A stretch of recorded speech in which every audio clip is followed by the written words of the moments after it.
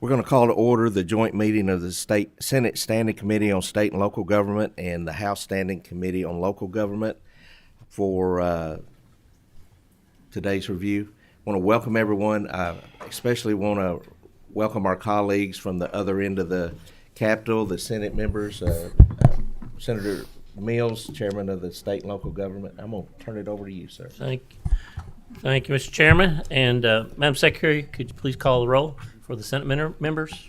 Senator Byrd, Senator Harper Angel, Senator Bledsoe, Senator McDaniel, Senator Nemus, Present. Senator Storm, Senator Thayer, Senator Wheeler, Here. Senator Williams, Senator Mills. I'm here. And we do have a quorum. And we'll turn it back over to Representative Bridges. Secretary, please call the roll for the House. Representative Bentley, Representative Bowling, Here. Representative Bray, Present. Representative Brown, Representative Chester Burton, Present. Representative Dixon, Representative Doan, Representative Frazier Gordon, Here. Representative Freeland, Here. Representative Imes, Here. Representative Justice, Representative Lockett, Here. Representative Meredith, Representative Proctor, Representative Raymer, Here. Representative Reed, Here. Representative Stalker, Present. Representative Stevenson, Representative Thomas, Present. Chairman Bridges. Here. We have a quorum duly constituted to do business. Today we'd like to welcome Ms. Johnson, the Executive Director, Office of Federal Grants, for your presentation and update to us. Please introduce yourself and your guests. Good morning. My name is Billy Johnson. As Representative said, I'm also the Executive Director for the Office of Federal Grants. Thank you this morning within the Department for Local Government. And beside me is our General Counsel, Matt Stevens. So thank you, Chairman Mills and Chairman Bridges and the members of the committee for the opportunity to appear before you today. We are here to fulfill the requirements of state law and the Department for Housing and Urban Development regarding the Community Development Block Grant Program. Unfortunately, our Commissioner Dennis Keene cannot be with us today, but also joining me is our staff in the Office of Federal Grants, Jennifer Peters, Mark Williams, Travis Weber, Gabe Nickel. They are the branch managers of these programs, and their program staff are with him as well. In order to provide a little background, the Department for Local Government administers several different federally funded programs, the largest of which is our Community Development Block Grant, also known as the CDBG program. This program is federally funded by the U.S. Department for Housing and Urban Development, or HUD.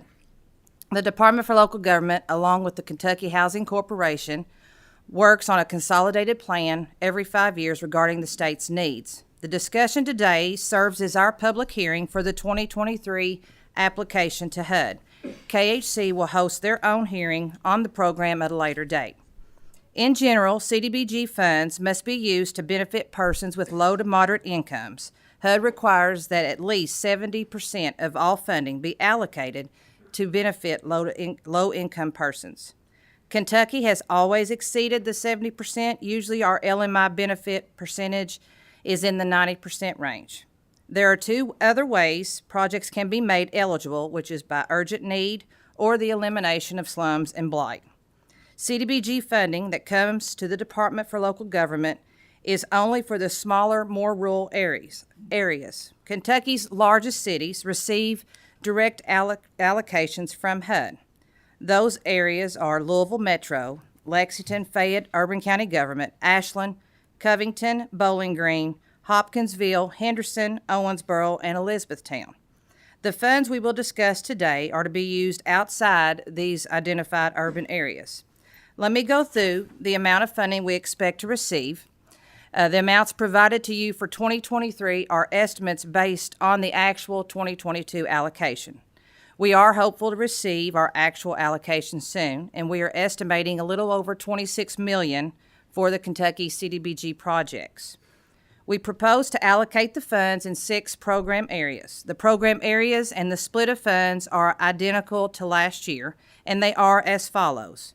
Public facilities, about $8.8 million.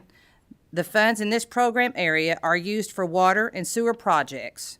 Loan funds are available through the Kentucky Infrastructure Authority and other sources, but there is still a need for grants to make these projects affordable. Our community projects will get an estimate of $5.8 million. These funds are used to support needed projects that small communities find difficult to do on their own. And examples of these types of projects are volunteer fire departments, libraries, health centers, food banks, and senior centers. Economic development is a little over $5 million. This program area is used for projects that create jobs. Usually we provide equipment financing, land acquisition, or infrastructure to the site. Our public services, which is our Recovery Kentucky program, they get an allocation of $2.8 million each year. Because of the tremendous drug problems this state faces, the recovery centers are where we plan to focus our public service dollars again this year, and these funds are used for operating expenses. Housing is $3.2 million. Housing funds are used to rehab low-income properties and do conversions of buildings such as old schools for senior and low-income apartments. The Community Emergency Relief Fund, known as SERF, and that is to be determined. It is impossible to project how much money will be needed for SERF since it is restricted to emergencies declared by the governor.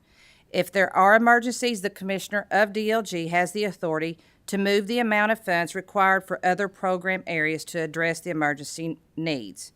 We believe this split of funds responds closest to the types of applications submitted and the amount requested.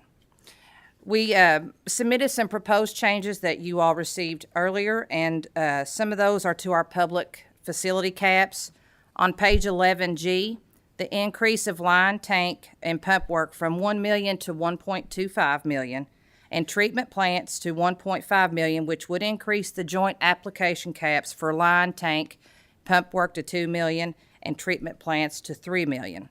And the reason that we have increased these is because these caps have not been raised in over 10 years.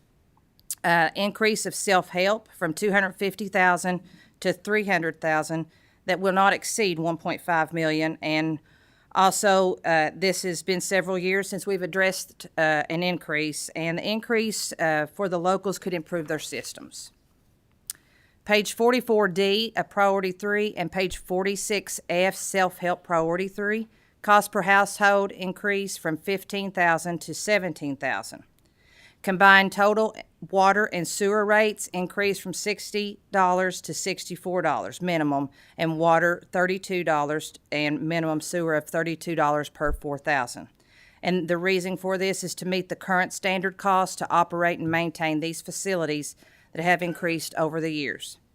The minor housekeeping and cleanup changes, the dates were changed in numerous places such as thresholds, which is reflected on pages 7 and 8 for the current year. Page 10 is a split of funds to reflect the estimated funding. Page 41F, single-family home ownership, added a fundability table.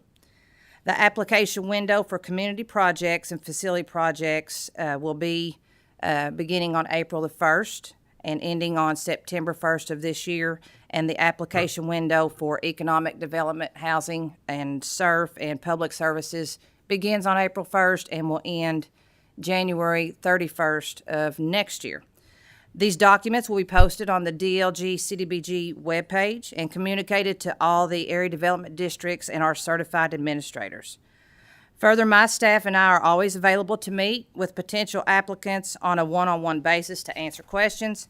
In closing, I would like to thank Mark Mitchell and to your LRC staff for his assistance in preparation for this hearing.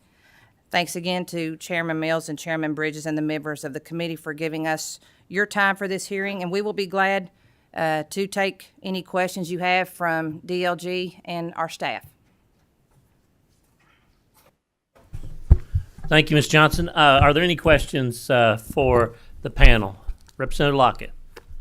Thank you, Mr. Chairman. I just have a quick question and I don't know what page it is. I apologize. It's the page that's got the comparison of the 23-22 program area funding by total dollars available. At the very bottom of that, the footnote, I just had a question. It says from this allocation, $898,767 was deducted for administrative costs. a formula of 3% plus 100,000. Can you describe to me what administrative costs are involved with this, please? Well, that would be the review of the application and also all the documents that we have to receive to make sure that everything's in compliance. For myself, I don't review the applications. My merit staff in Blue, they all review the applications, but this pays for their salary and time. Also, the follow-up and the monitoring and the release of funds that we have to produce as well. Thank you. Thank you, Mr. Chairman. Very good. Any other questions for members here today?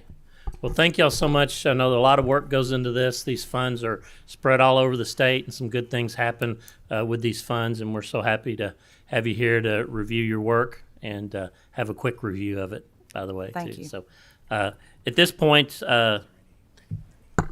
is there any public comments that might be out in our audience today? All right, very good. Y'all are making this easy on us.